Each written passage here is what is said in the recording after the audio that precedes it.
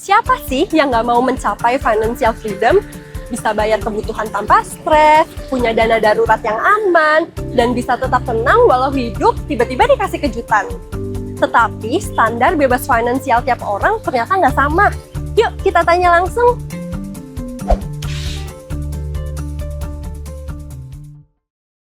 Hampir 40% buat makan sama kebutuhan pribadi aja sih. Paling banyak ya, itu buat jajan. Dan itu pasti biasanya lebih banyak ke makanan dan minuman.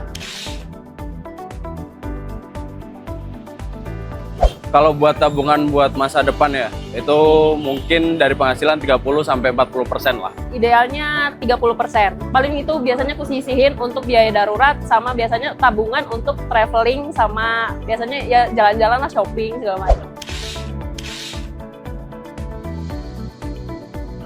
Buat yang masih muda dan masih produktif, kayaknya sebulan pun nggak tenang kayaknya, apalagi 3 bulan ya. Kalau aku sih jujur ya, aku sih tenang-tenang aja karena aku punya suami. Tapi kalau suami aku udah mungkin kena layoff atau resign di beberapa waktu, itu mungkin aku nggak tenang.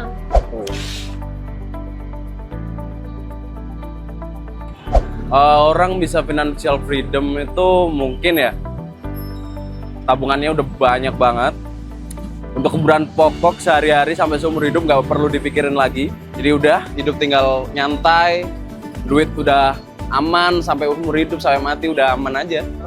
Kalau aku sih 10M cukup ya Kak.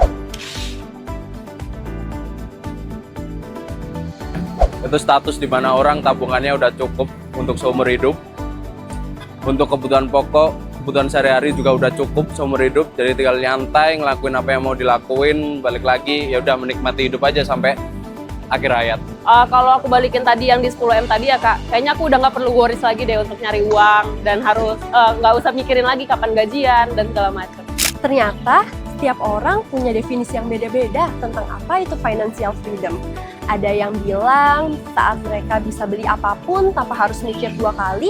Ada juga yang bilang saat mereka hidup-hidup enak tanpa harus bergantung pada gaji bulanan. Pada akhirnya, kebebasan finansial bukan cuma tentang seberapa banyak uang yang kita punya, tapi seberapa tenang kita menjalani hidup.